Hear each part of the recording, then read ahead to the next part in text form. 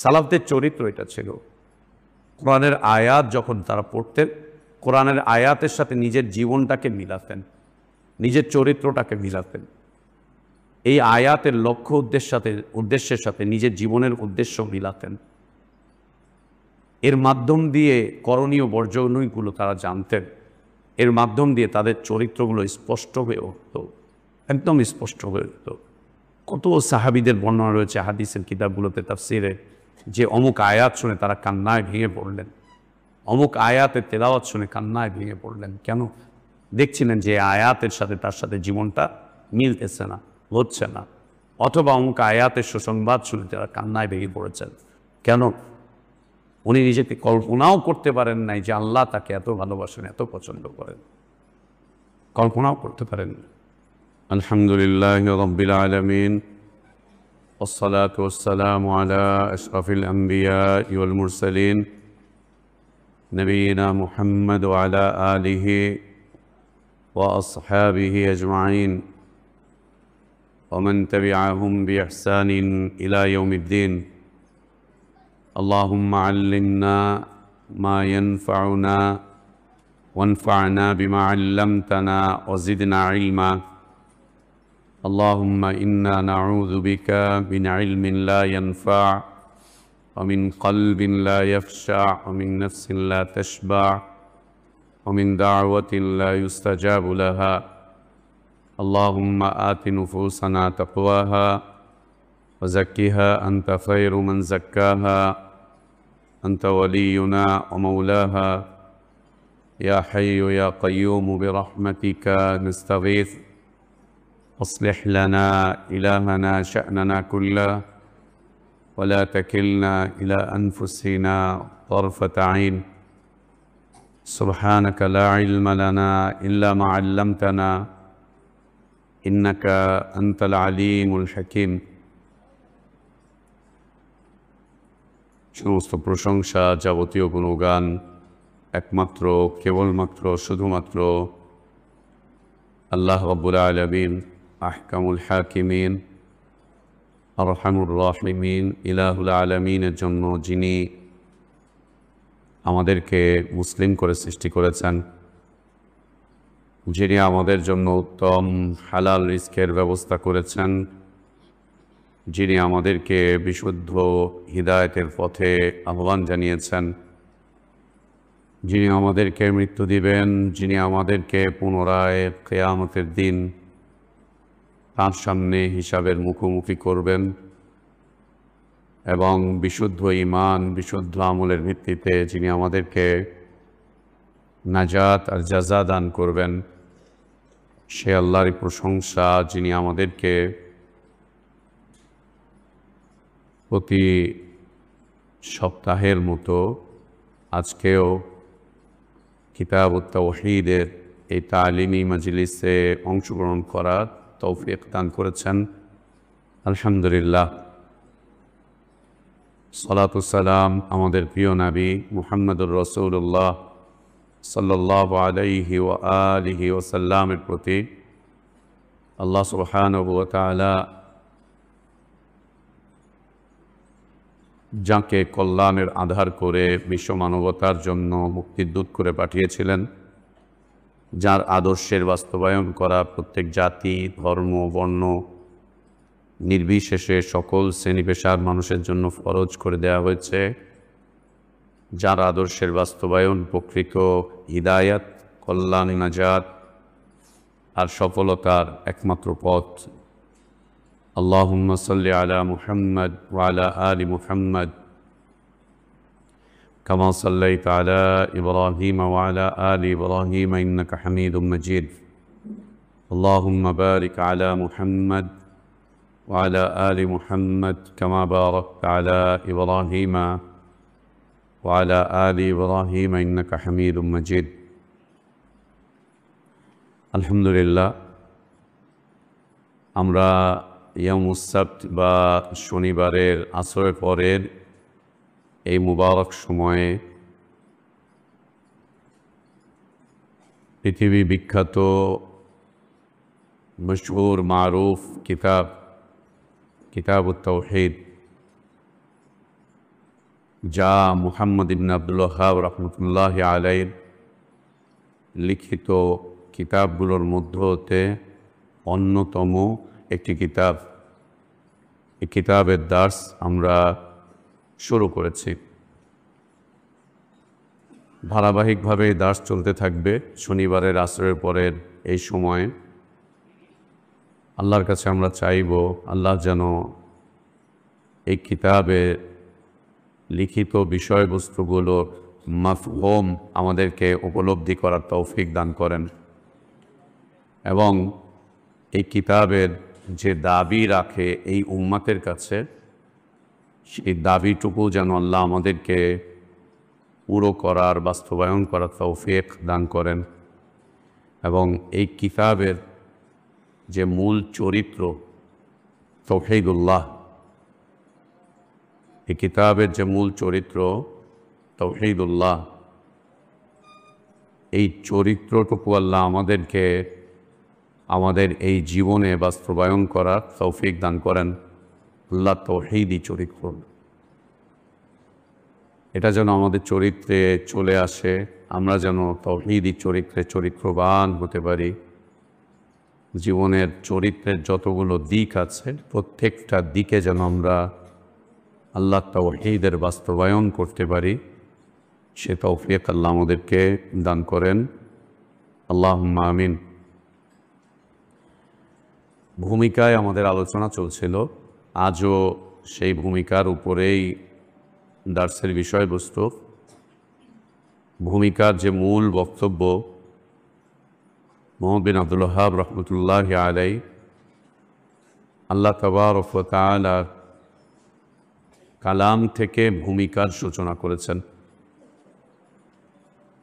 পৃথিবীতে অনেক আলেম ওলামাদের অনেক ধরনের লেখালেখি আছে। আমরা বিশেষ করে আমাদের দেশে যে সমস্ত ওলামাদের লেখাগুলো আছে তাদের লেখাগুলোর ভূমিকা পড়লে আমরা দেখব যে ভূমিকা নিজের মতো করে শুরু করেছে, নিজের বক্তব্য দিয়ে নিজের মতো করে। হামসানা পাঠ করে অনেকে হামসানা পাঠ করে, খুতবাতুল হাজাত বা মাসনুন খুতবা দিয়ে শুরু করে, অনেকে শুধু বিসমিল্লাহির রহমানির রহিম দিয়ে শুরু করে, অনেকে বাংলাতে সমস্ত প্রশংসা আল্লাহর জন্য, দরুদ ও সালাম নবীর প্রতি, তারপরে ব্যাস লেখা শুরু করে দেয়। বৈধ, জায়েজ।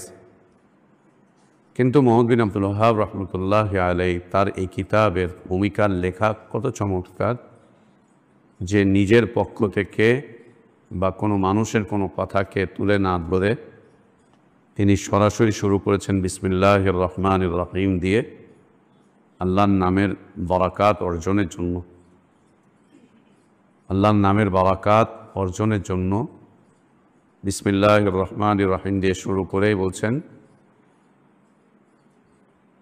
ওয়াকাউলুল্লাহি তাআলা, আল্লাহ বলেছেন।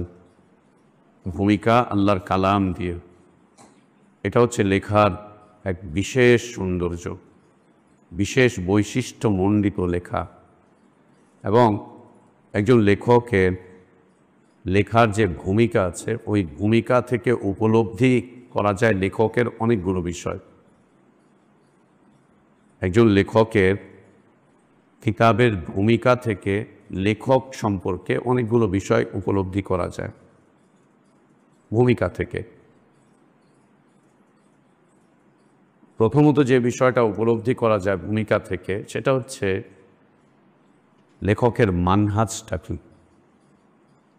মনে করো ফাজাইল আমল একটা কিতাব, ও ভূমিকা পড়লেই তুমি দেখবা ও যে শিরকি মানহাজ রাখতো, শিরকি আকীদা রাখতো, ও ভূমিকা পড়লেই বোঝা যাচ্ছে একদম শুরু থেকে নিয়ে পুরো ভূমিকাটা জুড়ে।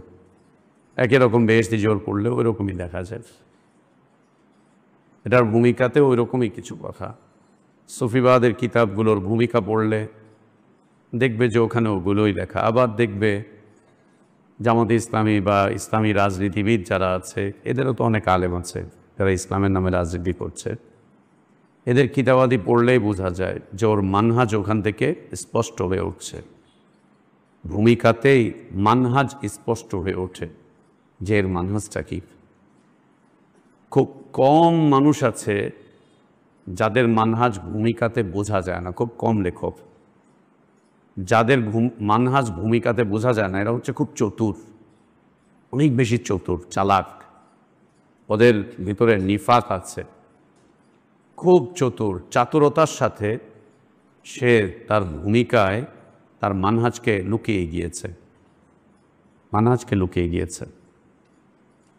তো প্রথমত মানহাজ উপলব্ধি করা যায় যে তার মানহাজটা কি ভূমিকা থেকে।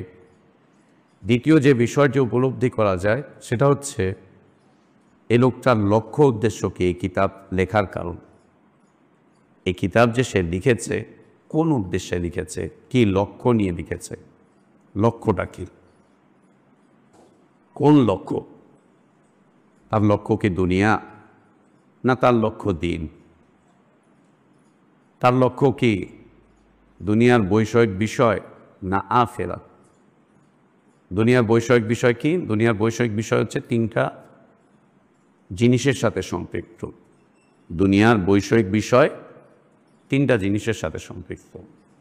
একটা হচ্ছে অর্থ, টাকা পয়সা, দিনার দিরহাম। আরেকটা হচ্ছে বিত্ত, বৈভব, প্রভাব, প্রতিপত্তি, ক্ষমতা। আরেকটা হচ্ছে নারী, সবার জন্য। এটা হচ্ছে দুনিয়ার বৈষয়িক বিষয়, সবার জন্য, মুসলিম ও মুসলিম সবার জন্য। দুনিয়ার বৈষয়িক বিষয় এই তিনটার মধ্যে সম্পৃক্ত, এই তিনটার মধ্যে সম্পৃক্ত। দেখো দুনিয়ার বৈষয়িক বিষয় এর বাইরে পাবা না। এক লোক অনেক টাকাওয়ালা, টাকার মধ্যে ও ডুবে আছে, ও বাদবাকি সব কিছু থেকে একদম বেমালুম, বেখবর, বেমালুম, বেখবর। আবার কেউ ক্ষমতার দাম্ভিকতায় ওর মধ্যে ডুবে আছে, ও বাকিটা নিয়ে একদম কোনো খোঁজ খবর নাই। ক্ষমতার দাপটের চোটে ও বিয়ে শাদিও ভুলে গেছে। হ্যাঁ, অনেক রাজনীতিবিদ আছে বিয়ে শাদী কোনো খোঁজ খবরই নেই। আর হচ্ছে নারী। দুনিয়ার যে বৈষয়িক বিষয়বস্তু এই তিনটা জিনিসের সাথে সম্পৃক্ত। তো লেখকের লেখা থেকে বোঝা যাবে যে তার উদ্দেশ্যটা কি, দিন নাকি দুনিয়া। দ্বিতীয়ত তার লেখার উদ্দেশ্যটা কি, দুনিয়ার বৈষয়িক বিষয়বস্তু নাকি আখিরাত, আল্লাহুম্মা লা আইশা ইল্লা আইশুল আখিরাহ, নাকি আখিরাত। তার লেখার উদ্দেশ্যটা কি, বৈষয়িক না আখিরাত উদ্দেশ্য? এটা ভূমিকা থেকে বোঝা যাবে। যদি বোঝা না যায় বুঝতে হবে লেখক খুব চতুর, খুব চতুর, অনেক চালাক, অনেক চালাক। লেখক খুব চালাক, খুব চতুর। তৃতীয়ত হচ্ছে লেখকের ভূমিকা থেকেই তার চরিত্র চেনা যাবে, সে কোন চরিত্রের অধিকারী, ভূমিকা থেকেই চেনা যাবে। যেমন মনে করো গল্প উপন্যাস যারা লিখছে, গল্প উপন্যাসের বইগুলোতেও ভূমিকা আছে। লেখকের লেখা থেকে ওর চরিত্র বোঝা যাবে যে ও কোন চরিত্রের, ওর চরিত্রটা কি। এ তো হচ্ছে আম। এর সাথে সাথে যদি দ্বীনের বিষয় নিয়ে কেউ লেখে, মানহাজ স্পষ্ট হবে। এক নম্বর বিষয়, ভূমিকাতে তার মানহাজটা স্পষ্ট হবে। দ্বিতীয়ত হচ্ছে যে তিনি কোন লক্ষ্য উদ্দেশ্য নিয়ে কিতাব লিখেছেন, তার উদ্দেশ্যটা কি, কিতাবটা লেখার কারণটা কি, সেটাও ভূমিকা থেকে, মুকদ্দমা থেকে বোঝা যাবে। তৃতীয়ত তার চরিত্রটাও স্পষ্ট হবে। এর সাথে সাথে আরও একটা সুন্দর বিষয় আসবে, সেটা হচ্ছে লেখকের আল্লাহর দিকে ফিরে যাওয়া, রুজু ইলাল্লাহ, রুজু ইলাল্লাহ, আল্লাহর দিকে ফিরে যাওয়া, ইনাবাতি ইলাল্লাহ, এগুলো স্পষ্ট হবে। ওয়ানিবু ইলা রাব্বিকুম ওয়াসলিমু লাহু মিন ক্বাবলি আন ইয়াতিয়াকুমুল আযাব সুম্মা লা তুনসারুন। রুজু ইলাল্লাহ, ইনাবাতি ইলাল্লাহ, এটা বোঝা যাবে, স্পষ্ট হবে তার ভূমিকাতে। যে লোকটা তার লেখা দিয়ে মানুষকে আল্লাহর দিকে ফিরিয়ে নিয়ে যেতে চেষ্টা করছেন। তার একটা চেষ্টা মাত্র, নিজেও ফিরে গিয়েছেন, মানুষকেও চেষ্টা করছেন আল্লাহর দিকে ফিরিয়ে নিয়ে যেতে। পঞ্চম যে বিষয়টা স্পষ্ট হবে সেটা হচ্ছে লেখকের আল্লাহর প্রতি ভয়, ভীতি, আশা, ভালোবাসা। ভয়, ভীতি, আশা, ভালোবাসা, এই সবগুলো মিলিয়ে একটা। লেখকের আল্লাহর প্রতি ভয়, ভীতি, আশা, ভালোবাসা। আশা, ভালোবাসা, যে যাকে ভালোবাসে সে তার কথা বারবার বলতে থাকে। হ্যাঁ, যে যাকে ভালোবাসে সে তার কথা বারবার বলতে থাকে। কেউ পছন্দ করুক আর না করুক, ওই ঘুরিয়ে ফিরে ওর কথাই বলে, ঘুরিয়ে ফিরে ওর কথাই বলে, ঘুরিয়ে ফিরে ওর কথাই বলে। ওরটাই এসে তুলে ধরে, আরে বলেন না ও তো অমুক, আরে বলেন না উনি তো অমুক, আরে উনি তো অমুক। যে যাকে ভালোবাসে সে তার কথা বলতে থাকে। লেখকের ভয়, আল্লাহর প্রতি ভয়, ভীতি, আল্লাহর প্রতি আশা, আল্লাহর প্রতি ভালোবাসা, আস্থা, এগুলো তার ভূমিকা থেকেই বোঝা যাবে। ভূমিকা থেকেই বোঝা যাবে। কয়টা বিষয় পেলাম আমরা? 5টা। ভূমিকাতে প্রত্যেকটা কিতাবের ভূমিকাতে এই 5টা বিষয় পাওয়া যাবে। এই 5টা বিষয় পাওয়া যাবে ভূমিকাতে। আর যদি না পাই তাহলে বুঝতে হবে লেখক খুব চতুর, খুবই চালাক, খুব চালাক, খুব চতুর। কি 1 নম্বর কি? মানহাজ। 1 নম্বর কি? লেখকের মানহাজ বোঝা যাবে। যে যেই মানহাজ রাখে তার ভূমিকাতে ওই মানহাজটা স্পষ্ট হয়ে যাবে। তবে এটা বোঝার জন্য জ্ঞান থাকতে হবে। কেন? ভূমিকা কিন্তু একটু কঠিন হয়। কিতাব বোঝার চাইতে ভূমিকা বোঝা কঠিন। বিশেষ করে তোমরা যে হাদিসের কিতাব পড়তেছো এখানে তেমন কোনো ভূমিকা কঠিন নাই। হিদায়া যদি পড়ো, ওরে বাবা, ওটার ভূমিকা পড়াতে গিয়ে নাকি ওস্তাদদের দাঁত ভাঙে, দাঁত ভেঙে যায়। হিদায়া কিতাব খুব কঠিন ভাষার এক কিতাব। হ্যাঁ, হানাফি মাযহাবের যে কিতাব হিদায়া খুব কঠিন। এবং মাদ্রাসার সবচাইতে জাইয়েদ যে ওস্তাদ থাকে সে হিদায়া পড়ায়। আর যে সমস্ত মাদ্রাসাগুলোতে শিক্ষকদের গ্রুপিং থাকে, যে যাকে দাবাইতে চায় ওর দিকে হিদায়া কিতাবটা দিয়ে দেয়। মনে করো ওস্তাদদের ভিতরে গ্রুপিং চলতেছে, প্রিন্সিপালের খোঁচায় হিদায়াটা হেরে দেন, দিয়া দেখেন এ কী করতে পারে, গ্রুপিং খোঁচাখুচি করে। হিদায়া কিতাব খুব কঠিন কিতাব, মুফতি সাহেবদের কিতাব। তো ভূমিকা বোঝা, ভূমিকাতেই মানহাজ স্পষ্ট হবে, মানহাজ স্পষ্ট হবে ভূমিকাতেই। দ্বিতীয়ত তার লক্ষ্য উদ্দেশ্য, কেন বইটা লিখেছেন, কিতাবটা কেন লিখেছেন, এটা স্পষ্ট হবে, এটা স্পষ্ট হবে। তৃতীয়ত তার চরিত্র, লেখকের নিজস্ব চরিত্র তার ভূমিকা থেকে বোঝা যাবে সে কোন চরিত্রের মানুষ, কোন চরিত্রের মানুষ এ বোঝা যাবে। চতুর্থত, হ্যাঁ, লেখকের আল্লাহর দিকে ফিরে যাওয়া, রুজু ইলাল্লাহ, ইনাবাতি ইলাল্লাহ। যে দিনই লেখক হয়, বিশুদ্ধ দ্বীনের যদি লেখক হয়, এটা স্পষ্ট হবে যে তিনি তার লেখা দিয়ে আল্লাহর দিকে ফিরতে চাচ্ছেন, মানুষকেও ফেরাতে চাচ্ছেন, মানুষকেও ফেরাতে চাচ্ছেন।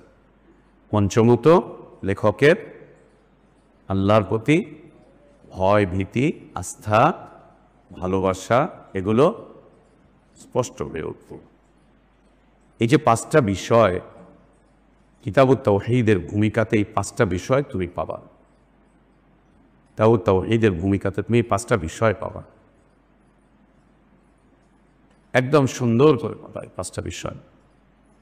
তিনি তার মানহাজের কথা তুলে ধরছেন যে আল্লাহ তাবারক ওয়া তাআলা তোমাকে, আমাকে, আমাদের সবাইকে, ইনসানকে এবং জিন্নাতকে আল্লাহ সৃষ্টি করেছেন ইবাদতের জন্য।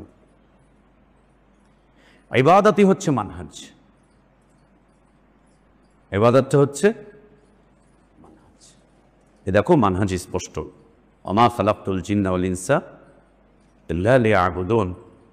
লেখক যেন বোঝাচ্ছেন যে আমি তো আল্লাহর দাসত্বের জন্য সৃষ্টি হয়েছি, আমি আল্লাহর আনুগত্যের জন্য সৃষ্টি হয়েছি, আমি আল্লাহর ইবাদতের জন্য সৃষ্টি হয়েছি, এবং তোমাদের জন্য আমার আবেদন এটা, তোমাকেও আল্লাহ যে কারণে সৃষ্টি করেছেন তুমি ওই বিষয়টা বোঝো, তুমি ওই বিষয়টা চিন্তা করো, আমার এই লেখার মধ্যে এটাই পাবে সামনের দিকে, যেন তিনি বোঝাতে চেষ্টা করছেন তার ভূমিকাতে।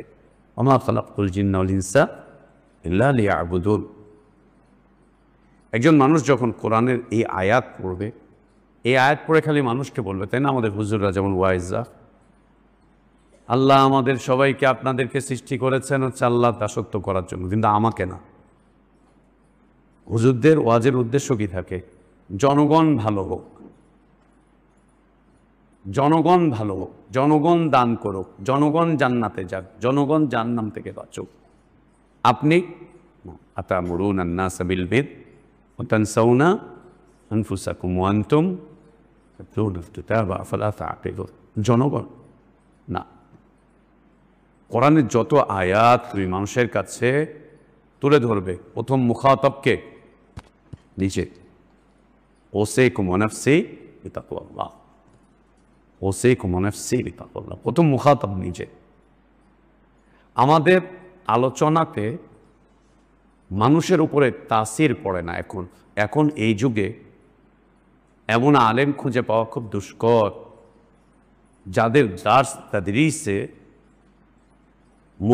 যারা শ্রোতারা আছে, তালেবে ইলমরা আছে, মুখাতিবিন যারা আছে, এদের উপরে আসর পড়ে এরকম উস্তাদ, এরকম মুআল্লিম, এরকম মুদাররিস, এরকম খতিব খুঁজে পাওয়া খুব দুষ্কর, অনেক দুষ্কর। অথচ এটা হওয়ার কথা না। আল্লাহ নবী সাল্লাল্লাহু আলাইহি ওয়াসাল্লাম যখন সাহাবীদের সামনে দিনী আলোচনা করতেন, সাহাবীদের উপরে তাসির পড়তো না? তাসির পড়তো না? হ্যাঁ, সাহাবীদের উপরে তাসির পড়তো না? ইরবাদ ইবনে সারিয়া রাদিয়াল্লাহু আনহু বর্ণিত যে সুন্দর হাদিস তিরমিজির, আল্লাহ নবী সাল্লাল্লাহু আলাইহি ওয়াসাল্লাম একদিন আমাদের সামনে ওয়াজ করছিলেন, ফাওয়াদানা মাওইযাতান বালিগাতান যারাফাত মিনহাল উয়ুন ওয়াজিলাত মিনহাল কুলুব। কি তাসির? এই কথাগুলো কি শেখাচ্ছে? তাসির আল্লাহর নবীর কথায় তাদের অন্তর কাঁপতে শুরু করে দিয়েছে, থরথর করে অন্তর কাঁপছে। অন্তর যে কাঁপছে আল্লাহর ভয়ে, তার বহির্প্রকাশ হচ্ছে যারাফাত মিনহাল উয়ুন, চোখ থেকে পানি পড়ছে, চোখ থেকে পানি পড়ছে। এত বেশি আস্তর পড়ল তাদের উপরে যে তারা মনে করে নিলেন যে আল্লাহ নবী সাল্লাল্লাহু আলাইহি সাল্লাম জীবনের শেষ বিদায়ী বক্তব্য, বিদায়ী তালিম, বিদায়ী দার্স করছেন আমাদের মাঝে, জীবনের শেষ দার্স করছেন আমাদের মাঝে। সাহাবীদের অন্তরে এটা ধাক্কা এত বেশি লাগলো, এর আসর এত বেশি লাগলো যে তারা মনে করলেন যে আল্লাহ নবী সাল্লাল্লাহু আলাইহি ওয়াসাল্লাম মনে হয় আমাদের থেকে বিদায় নিয়ে চলে যাবেন। এটাই মনে হয় আল্লাহ নবী সাল্লাল্লাহু আলাইহি ওয়াসাল্লামের শেষ বক্তব্য, এটাই মনে হচ্ছে নবী সাল্লাল্লাহু আলাইহি ওয়াসাল্লামের শেষ দার্স, শেষ তালিম, শেষ তারবিয়াত আমাদের জন্য। এবং তারা নবী সাল্লাল্লাহু আলাইহি ওয়াসাল্লামের কাছে আবেদনও করলেন, হে আল্লাহর রাসূল, আপনি আমাদেরকে আরও কিছু বলেন, আরও কিছু বলেন, আরও কিছু বলেন, আমাদের জন্য আরও কোনো নসিহত থাকলে আরও নসিহত করেন। আর আমরা এখন আলোচনায় বসলে নসিহত চাইবো তো দূরের কথা, আরও কিছু শুনবো তো দূরের কথা, আমরা বিরক্ত হই।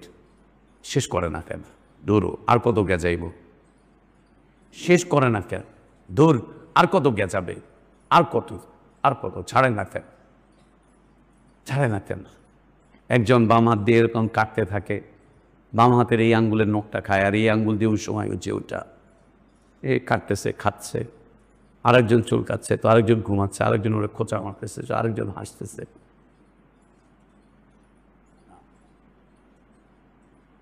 তার মানে কি? কোনো তাসির নেই, কোনো আসার নাই। এর কারণ কি? কারণ তো নিশ্চয়ই আছে, নিশ্চয়ই আছে। সুবহানাল্লাহ। আবার এই তাসির পাওয়া যায় মসজিদে নববীতে গেলে। মসজিদে নববীতে যেই দার্সগুলোতে আমরা গিয়ে বসি, তাফসীরের দার্স, আব্দুল্লাহ আমিন শানকিতি হাফিজাহুল্লাহ, তারপরে আব্দুর রাজ্জাক বাদাত, সুলাইমান আর রোহাইলি, আরও যে কয়েকজন শায়েখ ওখানে দাস করেন, তাদের দাসের সময়টা থাকে একদম সীমিত, খুব অল্প সময়, নির্দিষ্ট সময় করা, সময় ভাগ করে তারা দাস করেন।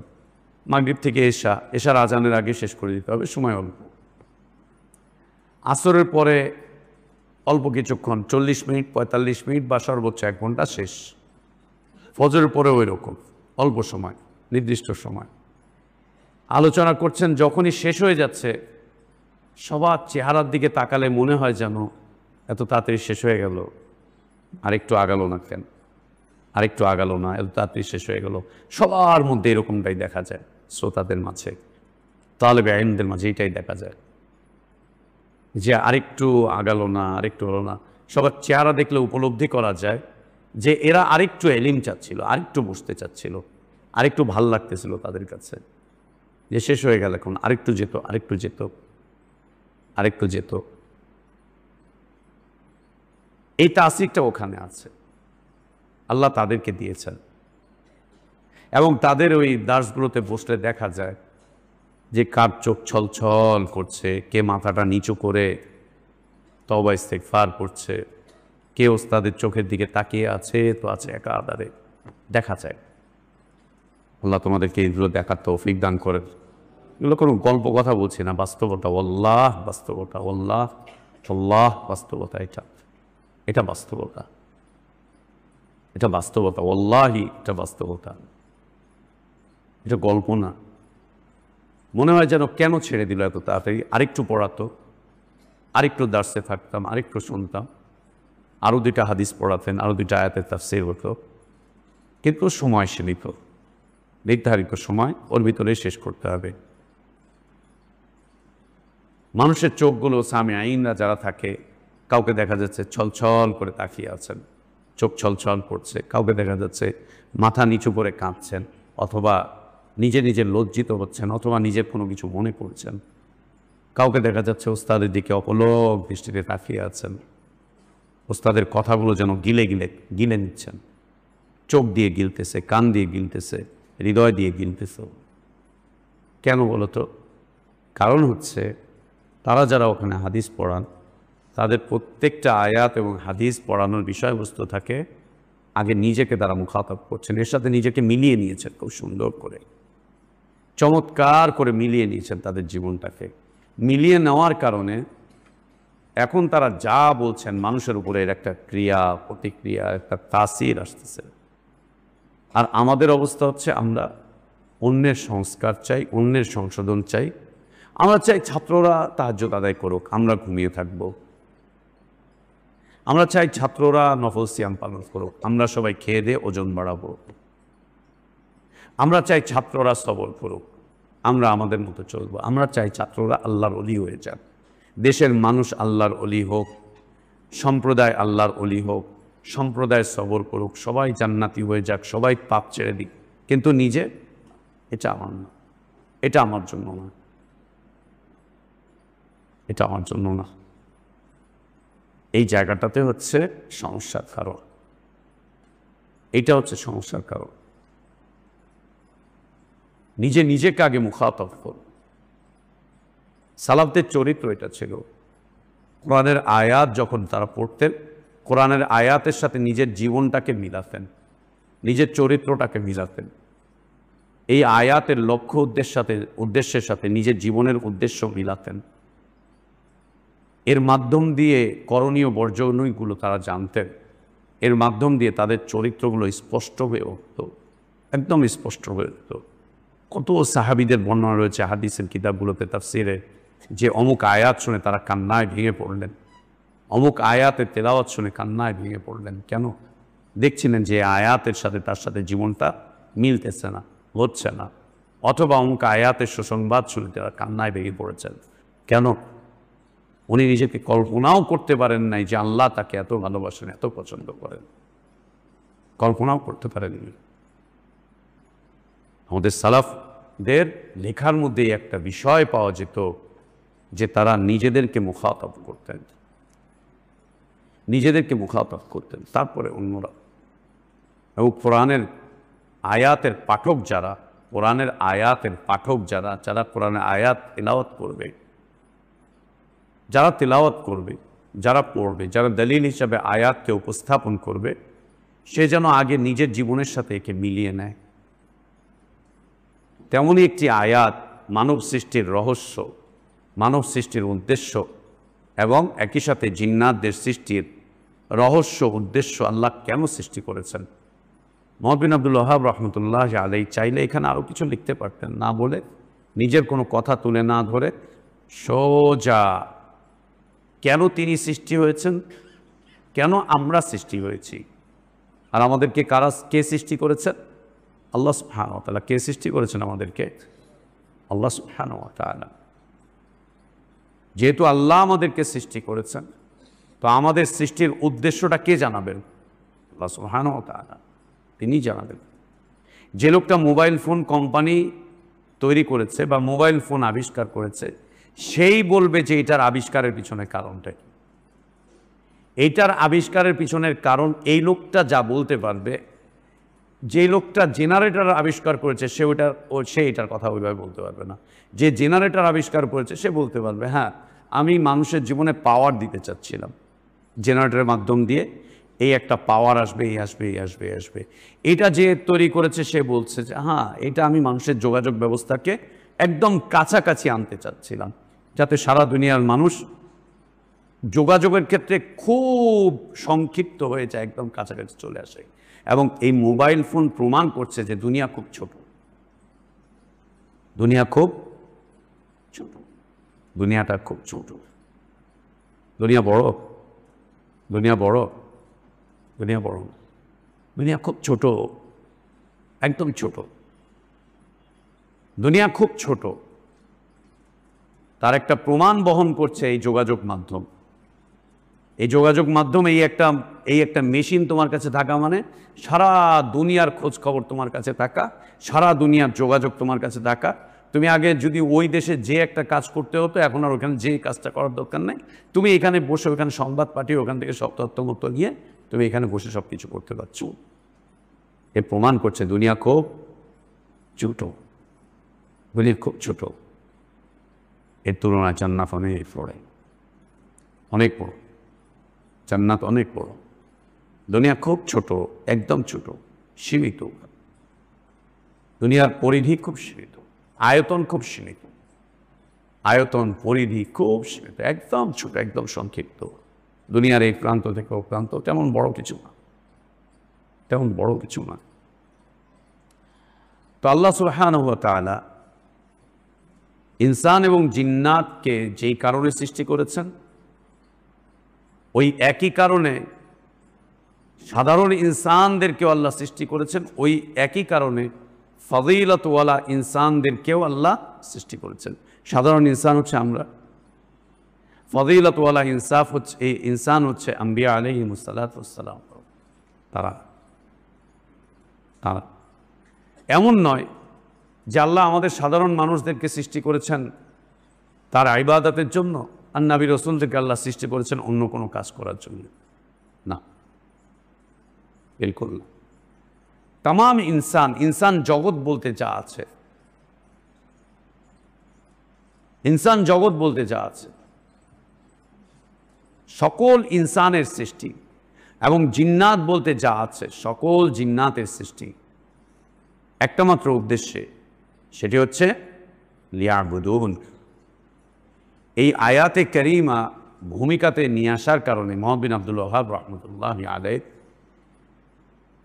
এই কিতাব লেখার কারণে তার যে মানহাজ, সেই মানহাজ স্পষ্ট হচ্ছে যে তিনি মানহাজগতভাবে আল্লাহর একজন দাস ছিলেন। আল্লাহর দাসত্বকেই তিনি তার মানহাজ হিসাবে নিয়েছিলেন। আল্লাহর দাসত্ব একেই তিনি তার মানহাজ হিসাবে নিয়েছিলেন। এটাই পাশাপাশি দেখো, তুমি জামাতে ইসলামের লোকজনদের, আলেম ওলামাদের লেখালেখি পড়বা, ও ভূমিকাতেই পাবা আল্লাহ আমাদেরকে জমিনের খলিফা করে সৃষ্টি করেছেন। আল্লাহ আমাদেরকে জমিনের খলিফা করে সৃষ্টি করেছেন। আল্লাহ চান জমিনে খেলাফত দিতে, আর শয়তান চায় জমিনে মুলুকিয়ত দিতে। সোজা আল্লাহ দিয়েছেন খেলাফত, শয়তান দিয়েছে মুলুকিয়ত। ইয়া আল্লাহ, আস্তাগফিরুল্লাহ, আস্তাগফিরুল্লাহ। এই বলেই বেশ সোজা চলে গেল। সোজা যেতে গিয়ে এরপরে ভূমিকার ভিতরে কিছু কুফরি কথা, কিছু বিদাতি কথা দিয়ে চিয়ে একটা কিছু বলে ও বুঝিয়ে দিল। ঠিক এখানে বানহাত যেমন স্পষ্ট, মা খালাকতুল জিন্না ওয়াল ইনসা ইল্লা লিয়াবুদুন, অন্যদিকে তার লক্ষ্য উদ্দেশ্যও স্পষ্ট হচ্ছে যে কেন এই কিতাব লিখেছেন। পৃথিবীর মানুষ যেন আল্লাহর দাসত্ব করে, আনুগত্য করে, আল্লাহর ইবাদত করে, আল্লাহর দিকে ফিরে যায়। এটাও একটা স্পষ্ট, এটাও স্পষ্ট একটা বিষয়। এবং এই আয়াতে কারিমা থেকে তার যে আল্লাহর দিকে ফিরে যাওয়া, ইনাবতে ইলাল্লাহ, রুজু ইলাল্লাহ, তার বিষয়বস্তু এই আয়াতে কারিমা থেকে উপলব্ধি করার মতো। চলি আল্লাহ সুবহানাহু ওয়া তাআলা বলছেন, ওমা খালাকতুল জিন্না ওয়াল ইনসা ইল্লা লিয়াবুদুন। আল্লাহ জিন্নাত এবং ইনসান, জিন্নাত এবং ইনসান, সকল জিন এবং সকল মানুষকে আল্লাহ তাবারক ওয়া তাআলা সৃষ্টি করেছেন কেন? আল্লাহর ইবাদতের জন্য। যদি আমরা এই অর্থই করি আল্লাহর ইবাদতের জন্য আল্লাহ সৃষ্টি করেছেন, তাহলে কেবলমাত্র, শুধুমাত্র, একমাত্র আল্লাহরই ইবাদতের জন্য আল্লাহ সৃষ্টি করেছেন। হচ্ছে মাফহুম। কেবলমাত্র, শুধুমাত্র, একমাত্র আল্লাহরই ইবাদতের জন্য আল্লাহ সৃষ্টি করেছেন, অন্য কারো ইবাদতের জন্য আল্লাহ সৃষ্টি করেননি। তুমি মানুষ, তোমাকে আল্লাহ তাঁরই ইবাদতের জন্য সৃষ্টি করেছেন, তুমি অন্য কারো ইবাদত করবে এই জন্য আল্লাহ তোমাকে সৃষ্টি করেননি। তুমি আল্লাহকে বাদ দিয়ে অন্যের ইবাদত করবে, আল্লাহকে বাদ দিয়ে অন্যকে সিজদা করবে, অন্যের সামনে কিয়াম করবে, আল্লাহকে বাদ দিয়ে অন্যের কাছে দোয়া করবে, আল্লাহকে ভালোবাসার মতো অন্য কাউকে ভালোবাসবে, এই জন্য আল্লাহ তোমাকে সৃষ্টি করেননি, আমাকে সৃষ্টি করেন। কেবলমাত্র, একমাত্র, শুধুমাত্র আল্লাহরই ইবাদতের জন্য আল্লাহ ইনসান এবং জিন্নাতকে সৃষ্টি করেছেন। একমাত্র, কেবলমাত্র, শুধুমাত্র আল্লাহরই ইবাদতের জন্য আল্লাহ সৃষ্টি করেছেন, আর কারো ইবাদতের জন্য আল্লাহ সৃষ্টি করেননি। ইবাদত তিনটা কথার সমন্বিত একটি বিষয়কে ইবাদত বলে, আমাদের ভাষা এটা। হ্যাঁ, আহলে ইলমদের ভাষা বলছি, আমাদের ভাষা। তিনটা কথার সমন্বিত একটি বিষয়কে ইবাদত বলে। এই আয়াতে যে ইবাদত উদ্দেশ্য করা হয়েছে, তিনটা কথার সমন্বয়কে। এক নম্বর হচ্ছে দাসত্ব। দাসত্ব, এক নম্বর হচ্ছে দাসত্ব।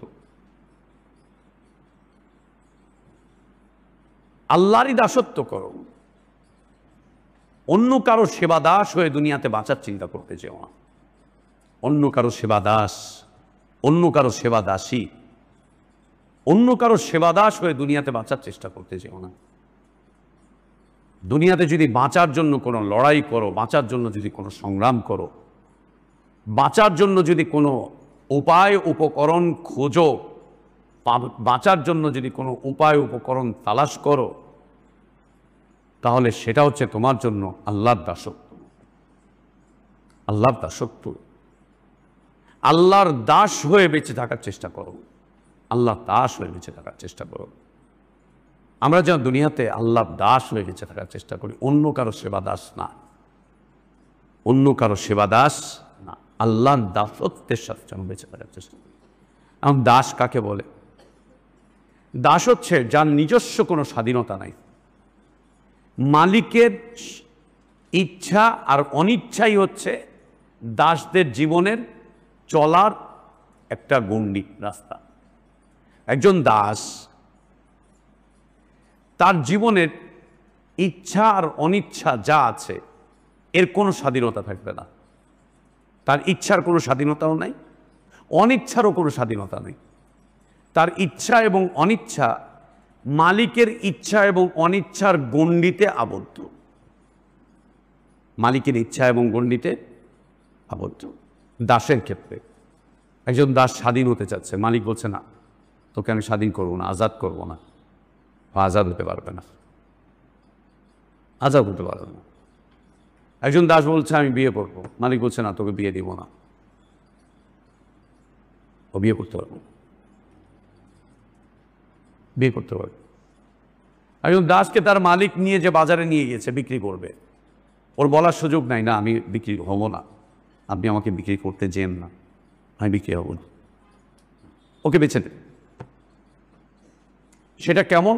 বাজারের যেমন পণ্য, একজন ব্যবসায়ী যেমন পণ্য কিনে এনে সে চাইলে স্টক করে রেখে দিতে পারে, ওই যে রাখি মাল আছে না, পেঁয়াজ রসুন আদা রাখি মাল, চাইলে স্টক করে রেখে দিতে পারে, চাইলে ওকে বিক্রি করে দিতে পারে, চাইলে নিজে খেতে পারে, চাইলে নিজে ব্যবহার করতে পারে। বাজার থেকে কিনে আনা পণ্যগুলো যেরকম, একজন দাসী তার মালিকের কাছে পণ্যের মতো। ও চাইলে এর সাথে ভালো ব্যবহার করবে, ভালো আচরণ করবে, চাইলে একে নিজের কাছে রাখবে, চাইলে একে স্বাধীন করে দিবে, চাইলে এর সাথে সম্মানের আচরণ করবে, মর্যাদার আচরণ করবে, চাইলে ওকে মানুষের মতো করে বাঁচতে দিবে, মর্যাদাপূর্ণ জীবনের দিকে ওকে সুযোগ করে দিবে, অথবা এর উপরে জুলুম করবে, অন্যায় করবে, অত্যাচার করবে, কেউ কিচ্ছু বলার নেই। এক্ষেত্রে ইসলাম নির্দেশনা দিয়েছে, তুমি তোমার দাসীদের সাথে সুন্দর আচরণ করো, উত্তম আচরণ করো, তুমি যা খাও তাকেও তা খেতে দাও, তার ইচ্ছা অনিচ্ছার ব্যাপারে খেয়াল রাখো, ইসলাম নির্দেশনা দিয়েছে। কয়জন মানবেন ইসলামের নির্দেশনা? কয়জন? আজকে এখন বর্তমান সময় পৃথিবীতে দাসত্বের ওই প্রথাগুলো দেখা যায় না।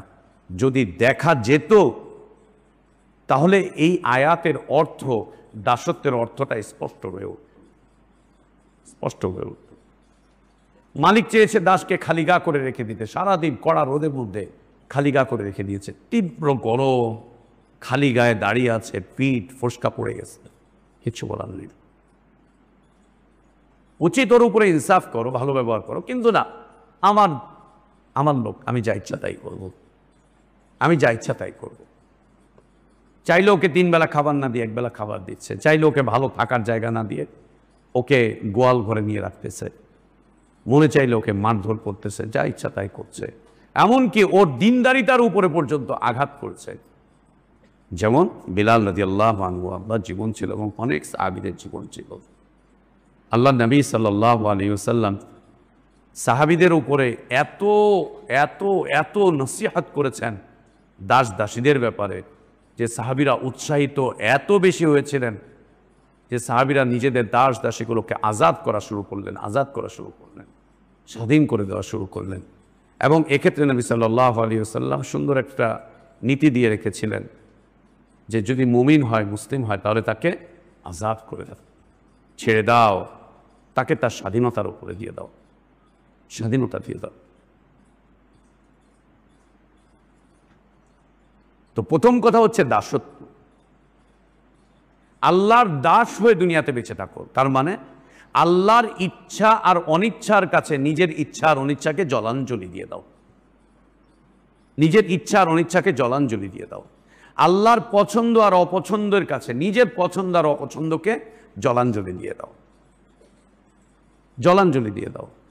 আল্লাহর হুকুম আর নিষেধের কাছে, আল্লাহর আদেশ আর নিষেধের কাছে নিজেদের স্বাধীনতাকে বিক্রি করে দাও, ছেড়ে দাও, ছেড়ে দাও। তুমি তোমার কোনো পছন্দ আল্লাহর পছন্দের বাইরে নিতে চেও না।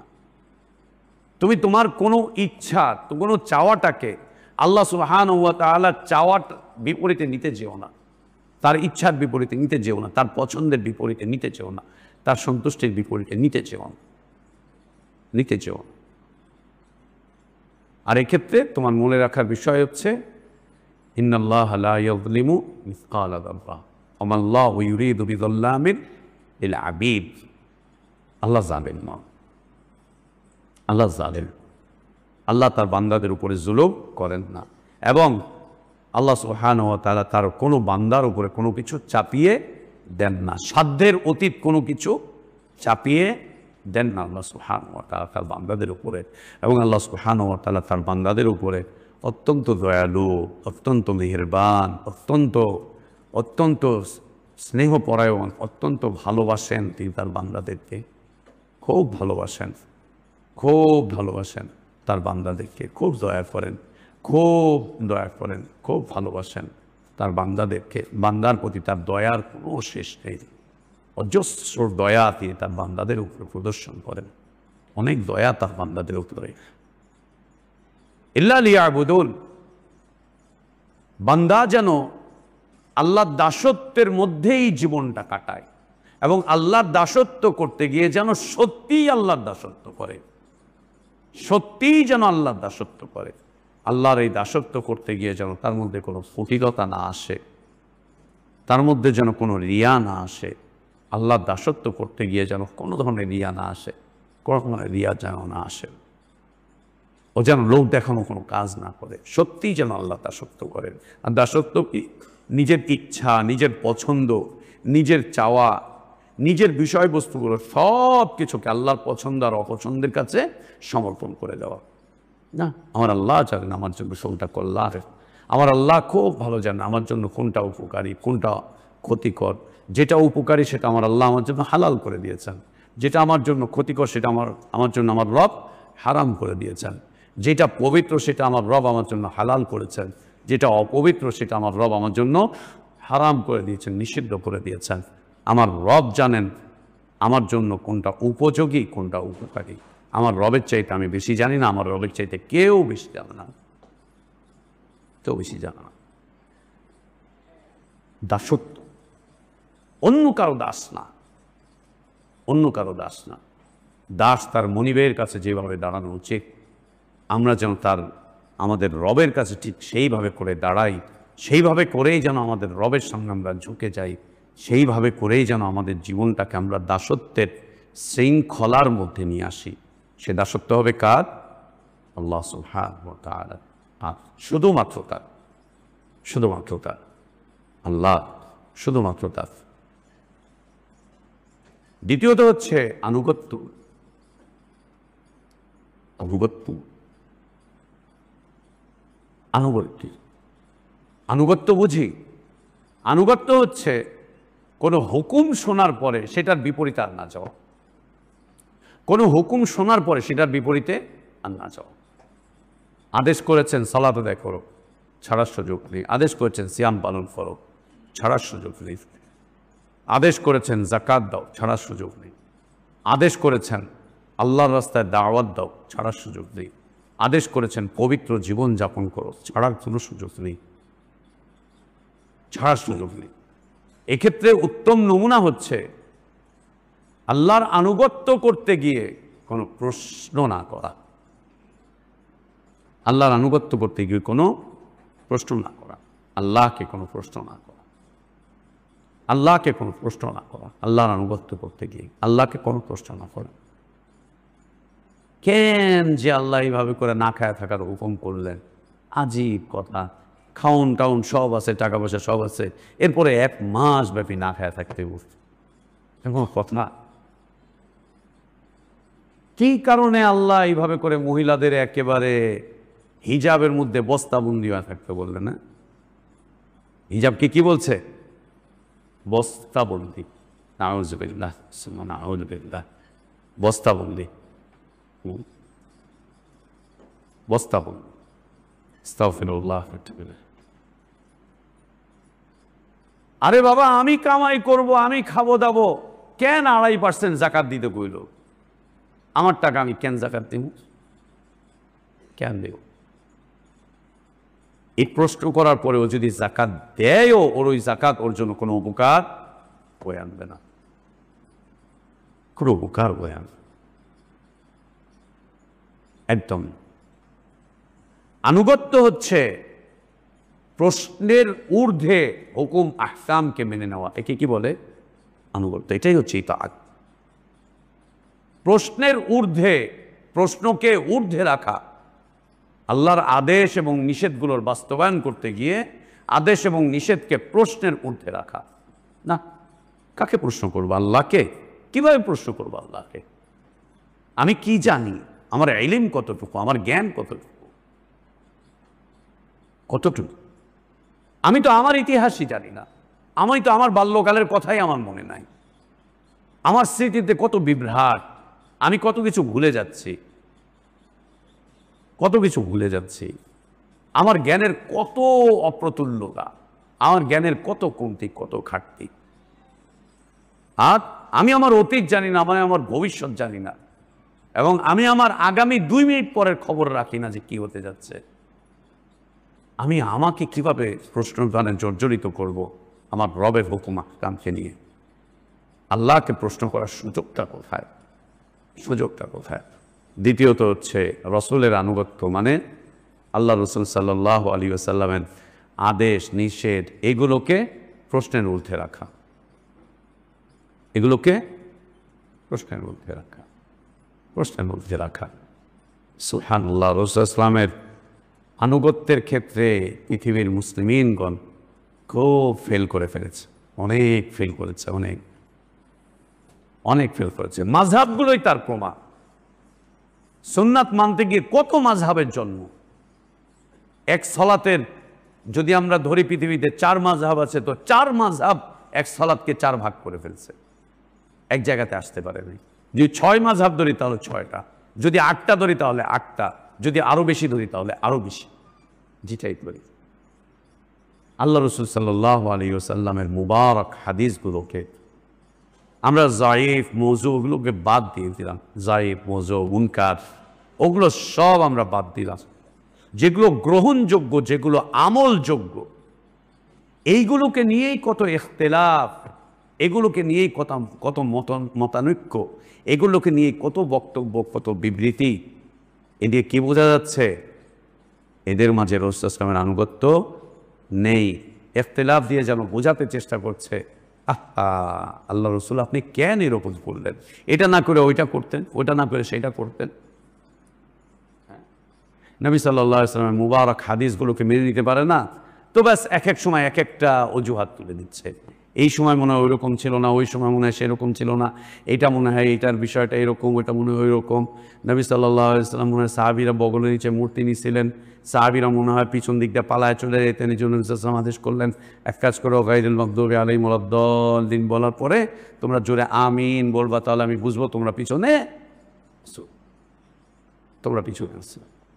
আল্লাহ নবী সাহাবীরা চরম বিপদের দিনে আল্লাহ নবী সাল্লাল্লাহু আলাইহি ওয়াসাল্লামকে ছেড়ে যান নাই, আর ইমামতিতে সালাতে তার পিছন ছেড়ে তাকে রেখে দিয়ে পালিয়ে চলে যাবেন। আহারে, সুবহানাল্লাহ, সুবহানাল্লাহ, আস্তাগফিরুল্লাহ ওয়া আতুবু ইলাইহি।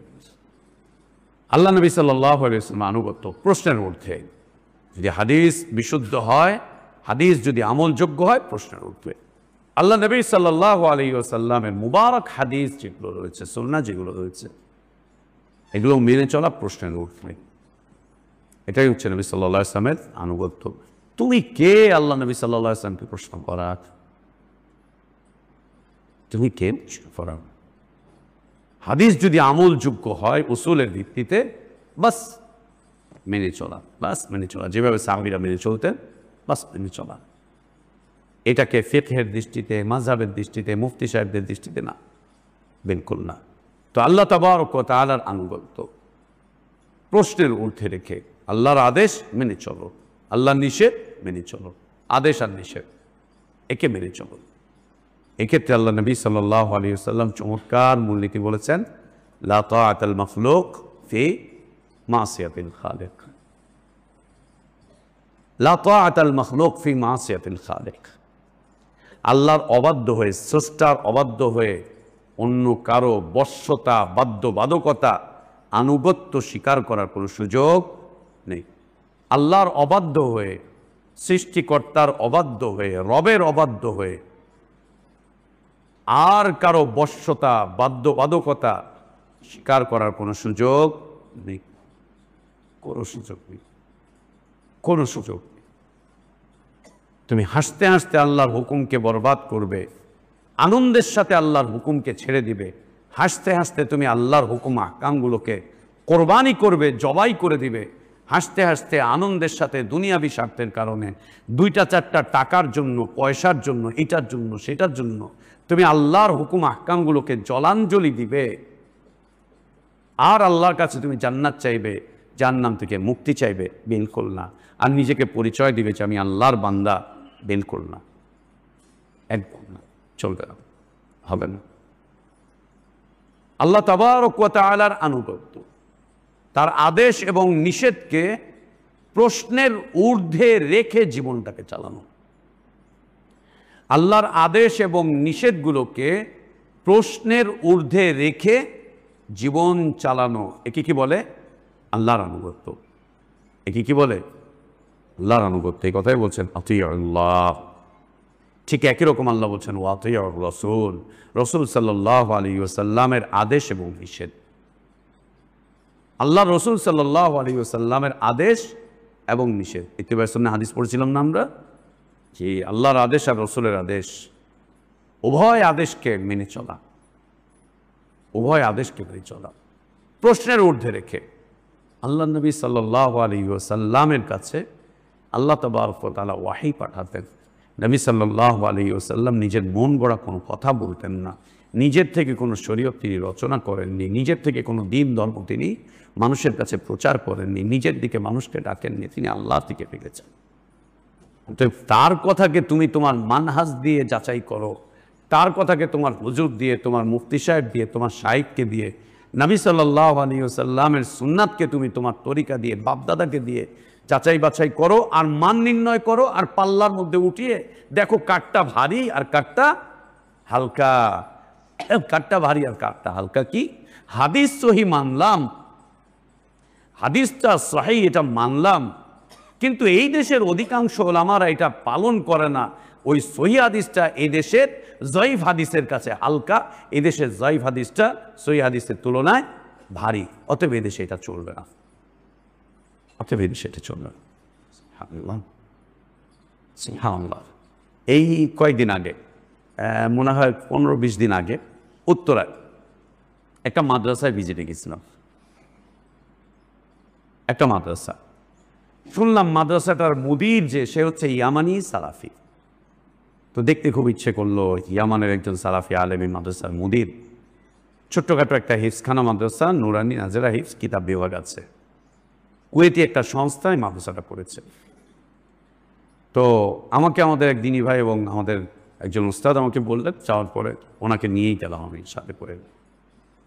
যাওয়ার পরে ওইখানে মাদ্রাসার তালিম তারবিয়াত নিয়ে কথাবার্তা বলবো, কিছু দেখাশোনা করব। তো এরপরে ইয়ামানি যে মুদির আছে তার সাথে পরিচয় হব। তো ইয়ামানি মুদিরের সাথে পরিচয় হতে গেলে ওইখানে আরেকজন বাঙালি মুদির আছে। জজের সাথে কথা বলতে হলে কার সাথে কথা বলা লাগবে? আগে উকিলের সাথে। উকিল ছাড়া জজ কথা বলে না। ঠিক একই রকম আল্লাহর কাছে কিছু নিতে চাইলে কাকে লাগবে? পীর সাহেবকে লাগবে। পীর সাহেব ছাড়া আল্লাহ কারো কথা শুনবে না। বুঝতে পারছি তো? আস্তাগফিরুল্লাহ ওয়া আতুবু ইলাইহি। বাঙালি মুদিরের সাথে কথা বলতে হবে, বাঙালি মুদির যদি বলে তাহলে যেতে হবে। ঠিক আছে, চলেন বাঙালি মুদিরের রুমে গেলাম। যে ছেলেটাকে মুদির হিসাবে দেখছি, ওকে আমার খুব পরিচিত লাগতেছে, অনেক পরিচিত। মনে হচ্ছে যেন ওর সাথে আমার লম্বা সময়ের পরিচয়, সম্পর্ক এই সেই। তো আমি ঢুকে সালাম দিলাম। সালাম দেওয়ার পরে মুসাফা করার জন্য এক হাত বাড়ালাম, তো ও 2 হাত বাড়ালো। ও যখন 2 হাত বাড়ালো, তো আমি 1 হাত বাড়ালাম, তো দেখলাম ও 2 হাত দিয়ে আমার 1 হাত ধরতে গিয়ে ওর কাছে কেমন ইতস্তত লাগতেছে, আমার দিকে ভালো করে তাকায় আছে। এরপরে বসলাম।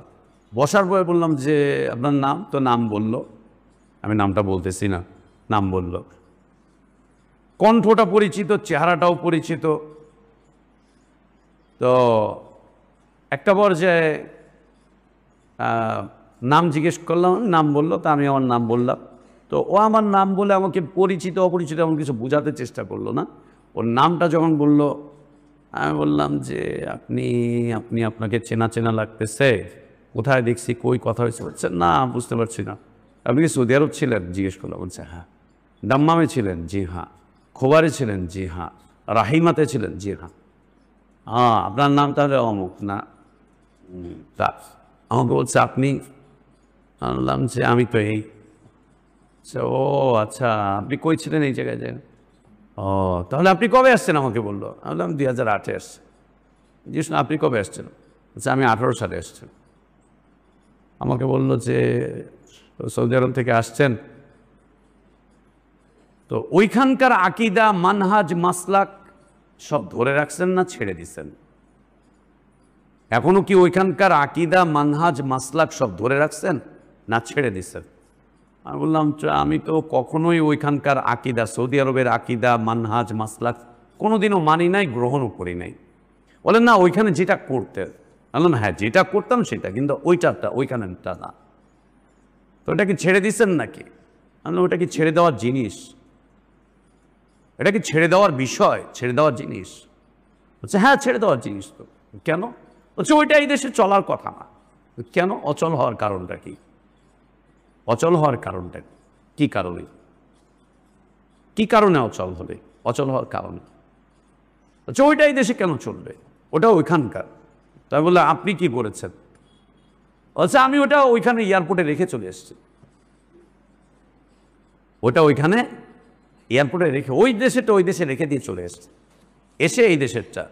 তো এই দেশে এসে কিভাবে চলছে? এখানকার আকাবিরিন, উলামা, মাশায়েখিন এনারা যে নির্দেশনা দেয় সেটাই। তা আমি বললাম এরকমই? বলছে হ্যাঁ, শুধু আমার জন্য না, আপনার উপরে ওয়াজিব। আমাকে বলছে আপনার উপরে ওয়াজিব, এই দেশের উলামা, মাশায়েখিন, আকাবিরিনরা যেটা বলে আপনি সেটার উপরে চলবেন, সেটার উপরে নিজের জীবনকে সাজাবেন, গোছাবেন। এটা আপনার উপরে ওয়াজিব, আপনার উপরে ফরজ। এই ফরজটা কে করলো? এই ফরজ কে করলো? কে করলো? বাস শুরু করে দিল কি মোটা কণ্ঠে। আমার কণ্ঠ তো তোমরা শোনো যে অনেক মোটা, তাই না? মাইক ট্যাক লাগে না। ওর কণ্ঠ ওই সময় বেজে উঠলো আমার চাইতে 8-10 গুণ বেশি, মোটা কণ্ঠে। তখন আমি বললাম যে আমি কিন্তু আপনার মেহমান, আমি এখানে আপনার সাথে তর্ক করতে আসি নাই, আমি আপনার সাথে কোনো বিষয়ে মুবাহাসা করতে আসি নাই। বারবার বলছি, আমি মুবাহাসা করতে আসি নাই, মুনাজারা করতে আসি নাই, আমি তর্ক করতে আসি না। আমি কিন্তু মেহমান, আমি জিয়ারতে এসেছি। মেহমানের সাথে এটা কোন আচরণ? একাধারে তর্ক, ভাষা কি কঠিন। হ্যাঁ, কেন এগুলো করতেছে? খায়েশ মিটাচ্ছে, জেদ মিটাচ্ছে। কেন? ও দাম্মামে শাইখ মতিউর রহমান ওকে কি অপমান, অপদস্থ করেছিল, এই কারণে ওইখানে ওর কিছু সমস্যা হয়েছিল। ওর আকিদা মনে করে, যেমন বলছে যে আমি আমারটা ওইখানে রেখে দিয়ে চলে এসেছি। ও ওইখানে দাম্মামের দাওয়া সেন্টারে শেখ মতিউর রহমানের কাছে গিয়ে ওইখানে প্রমাণ করতো ও সালাফি, বাইরে এসে বিল্ডিংয়ের নিচে এসে ও প্রমাণ করতো আমি চরমনায়ের লোক। ওইখানে বলতো আমি সালাফি আকিদা রাখি, নিচে এসে বলতো আমি দেওবন্দি আকিদা রাখি। ওনার সামনে বসে বলতো যে না ইনি ঠিক আছে, নিচে বসে, নিচে যখন আসতো লোকজনদের সাথে রাস্তায়, ওইখানে গিয়ে বলতো উনি কি ঘোড়ার দিন কচুটা জানে, এগুলা কিচ্ছু না, আমাদের দেওবন্দি আলেমরা অনেক বড় বড়, এই সেই এগুলা করতো। একটা পর্যায়ে শেখ মতিউর রহমানের কাছে এই সমস্ত সংবাদগুলো যখন গেছে, তখন শেখ মতিউর রহমান ওকে সেন্টারে যেতে নিষেধ করে দিচ্ছে।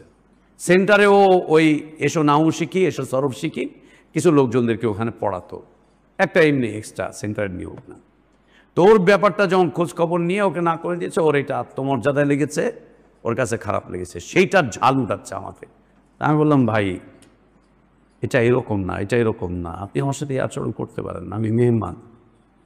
বলে হ্যাঁ মেহমান তো, তাই তো আপনাকে কিছু বলছি না, নাহলে আপনাকে কখন অপমান করে উল্টা পাল্টা করে এখান থেকে বিদায় দিতাম, হ্যান করতাম, ত্যান করতাম। না, এটাই আপনাদের চরিত্র, এটাই আপনাদের ধর্মকর্ম। আমি অন্তত 20 বার বলেছি যে আমি আপনার মেহমান, আমি এখানে মেহমান, মেহমানের সাথে আচরণ করে না। আমি কিন্তু আপনার সাথে মুনাজারা করতে আসিনি, এই সে। হ্যাঁ, আমার সাথে কে ছিল জানো? আমাদের আসলিয়া মাদ্রাসা সাইফুল ভাই, জিজ্ঞেস করো বলবে, উনি ছিল। কি পরিমাণ যে অপমান, অপদস্থ করলো। তখন আমাকে বলছে যে আপনি কি লেখাপড়া করছেন? আমি বললাম না, এখনো করি। করছেন? আমি বলছি এখনো করি। যে আপনি উসুলে হাদিস পড়ছেন? আমি বললাম না, অল্প একটু পড়ছি, এখনো পড়ি। উসুলে হাদিসের কায়দা জানেন? আমি বললাম না, বলেন, একটু পড়বো আপনার কাছে। যে উসুলে হাদিসের কায়দা হচ্ছে, যদি কোনো জনগোষ্ঠী জয়ীফ হাদিসের উপরে আমল করে, যদি কোনো জনগোষ্ঠী জয়ীফ হাদিসের উপরে আমল করে, আর ওই এলাকায় যদি সহিহ হাদিস থেকে থাকে, তাহলে ওই সহিহ হাদিস বর্জন করে জয়ীফ হাদিসের উপরে আমল করতে হবে। এটাই হচ্ছে উসুলে হাদিসের মূল কথা। আমি কোথায় আছে? বলে মুস্তালাহুল হাদিসে আছে। একটু হাদিসে কিতাবটা বের করেন, আমি একটু পড়ি আপনার কাছে। হ্যাঁ, আমি আপনাকে পড়াবো, আসেন আমার মাদ্রাসায় আসেন, মুস্তালাহুল হাদিস পড়ায় দিয়া যান। সহিহ হাদিসের উপরে আমল করা যাবে না যদি কোনো এলাকার মানুষ জয়ীফ হাদিসের উপরে আমল করে, ইত্তেফাকান যদি আমল করে তাহলে আর সহিহ হাদিসের উপর আমল করা যাবে না, ওই সহিহ হাদিসটাকে বাতিল বলতে হবে, জয়ীফ হাদিসের উপর আমল করতে হবে। কারণ এটা তো উসুলে হাদিসের কথা না, মুস্তালাহ হাদিসের কথা না, তাহলে কিসের কথা? আল্লাহ এটা আপনাদের উসুলে ফিকের কথা। কোথায়? না, আপনাদের উসুলে ফিকের একটা কিতাব আছে না, নুরুল আনওয়ার, ওইখানে এটা লেখা আছে।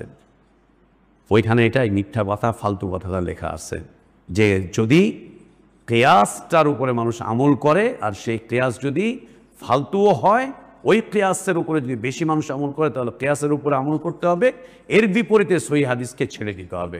যদিও সেই হাদিসের বর্ণনাকারী আবু হুরায়রা এবং আনাস রাদিয়াল্লাহু আনহুর মতো ব্যক্তিত্ব হয়, তারপর হাদিসকে ছেড়ে দিতে হবে। এটা তো উসুলে হাদিসের কথা নয় না, ওই হলো ওইটাই। একটা পর্যায়ে বললাম, দেখেন আমি কিন্তু মেহমান, আমি জিয়ারতে আসছি, তাহলে ওঠেন যান। হ্যাঁ ঠিক আছে, চলে আসলাম। সময় বলে আসলাম, দেখা হবে সাদ, আবার তোমার সাথে আবার দেখা হবে, যে আবার দেখা হবে। এটা রাসূলের আনুগত্য না, এটা আল্লাহ রাসূল সাল্লাল্লাহু আলাইহি ওয়াসাল্লামের আনুগত্য না। জেনে বুঝে ইচ্ছা করে বিশুদ্ধ হাদিসকে বর্জন করে, উপেক্ষা করে, আল্লাহ নবীর নামে জাল কথাবার্তা তৈরি করে সেই দিকে এগিয়ে যাওয়া, এটা করতো না। আল্লাহ এবং তার রসুলকে প্রশ্নের ঊর্ধ্বে রেখে তাদের আদেশ এবং নিষেধ মেনে চলা। তৃতীয়ত হচ্ছে ইবাদত বলতে যা আছে, ইবাদত বলতে যা আছে জাহিরি এবং বাতিনি, জাহিরি এবং বাতিনি, কলবি, লিসানি এবং জাওয়ারি। ইবাদত বলতে যা আছে সেটা জাহিরি হোক অথবা বাতিনি, সেটা মুখের হোক, সেটা অন্তরের হোক, সেটা অঙ্গ প্রত্যঙ্গের হোক, সবটুকু এককভাবে এক আল্লাহর জন্য নির্ধারণ করা। আল্লাহ তাবারক ওয়া তাআলা এই জন্যই সৃষ্টি করেছেন। এ কথাই আল্লাহ তাবারক ওয়া তাআলা বলছেন, খালাকতুল জিন্না ওয়াল ইনসা ইল্লা লিয়াবুদুন, ইল্লা লিয়াবুদুন। এবং ইবাদত সম্পর্কে আহলে ইলমগণের সুন্দর সুন্দর বক্তব্য আছে, যেমন ইবনুল কাইয়িম জাওযী রাহিমাহুল্লাহর বক্তব্য আছে, মুহাম্মদ বিন আব্দুল ওয়াহ্হাব রাহমাতুল্লাহর বক্তব্য আছে, ইমাম ইবনে কাসির রাহমাতুল্লাহি আলাইহি ইবাদতের পরিচয় দিয়েছেন, ইমাম কুরতুবী রাহিমাহুল্লাহ তিনিও ইবাদতের পরিচয় দিয়েছেন, আহলে ইলমগণ সুন্দর সুন্দর পরিচয় দিয়েছেন। যত পরিচয় দিয়েছেন সকল কথাগুলো এই তিনটা কথার সাথে সম্পৃক্ত, যে দাসত্ব করো একমাত্র আল্লাহ, আনুগত্য করো একমাত্র আল্লাহ, ইবাদত বলতে যা আছে পুরোটাই তুমি নিসবত করো কার দিকে? আল্লাহ সুবহানাহু ওয়া তাআলার দিকে, এককভাবে একমাত্র আল্লাহর দিকে নিসবত করো। এই জন্যই আল্লাহ তাবারক ওয়া তাআলা ইনসান এবং জিন্নাতকে সৃষ্টি করেছেন, যেমনটা আল্লাহ নিজেই বলেছেন, ওমা খালাকতুল জিন্না ওয়াল ইনসা ইল্লা লিয়াবুদুন, ওমা খালাকতুল জিন্না ওয়াল ইনসা ইল্লা লিয়াবুদুন। আল্লাহ আমাদের ইলমে বারাকাত দান করেন, হায়াতে বারাকাত দান করেন, নেক আমলটুকু আল্লাহ কবুল করেন, ভুলগুলোকে আল্লাহ সংশোধন করে দেন, গুনাহগুলোকে আল্লাহ মাফ করে দেন, আমাদের ইলমের এই পথকে আল্লাহ সহজ করে দেন, ইলমের এই পথকে আল্লাহ সহজ করে দেন, ইলমের এই পথকে আল্লাহ সহজ করে দেন। সকল প্রকার ওয়াসওয়াসা থেকে আল্লাহ আমাদের অন্তরগুলোকে হেফাজত করেন, সকল প্রকার ওয়াসওয়াসা থেকে আল্লাহ আমাদেরকে হেফাজত করেন, সব ধরনের ওয়াসওয়াসা থেকে আল্লাহ আমাদেরকে হেফাজত করেন। আমাদেরকে আল্লাহ তার সন্তুষ্টির পথে আরও এক ধাপ, আরও এক ধাপ, আরও এক ধাপ এভাবে করে হাঁটি হাঁটি পা পা করে এগিয়ে যাওয়ার তৌফিক দান করেন। আল্লাহুম্মা আমিন। ওয়া আখির দাওয়ানা আলহামদুলিল্লাহি রাব্বিল আলামিন। ওয়া সাল্লাল্লাহু ওয়া সাল্লামা ওয়া বারাকা আলা নবিয়িনা মুহাম্মদ ওয়া আলা আলিহি ওয়া আসহাবিহি আজমাইন। সুবহানাকাল্লাহুম্মা ওয়া বিহামদিকা আশহাদু আল লা ইলাহা ইল্লা আনতা আস্তাগফিরুকা ওয়া আতুবু ইলাইক।